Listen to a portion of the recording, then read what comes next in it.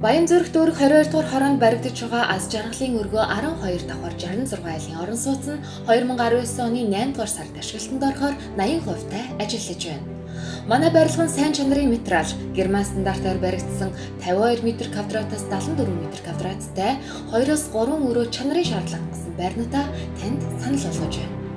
Худалдан авагч та бүхэндээ урьдчилгаа 50%-ийг төлөөд 1 жилийн хүүгүй лизинг 30%-ийг төлөөд ипотекийн 8% орон сууцны зээлд хамрагдах бүрэн боломжтой. Сургууль цэцэрлэг автобусны будал бүх үйлчилгээндээ ойрхон цэлгэр том цонхтой шилэн балконтой.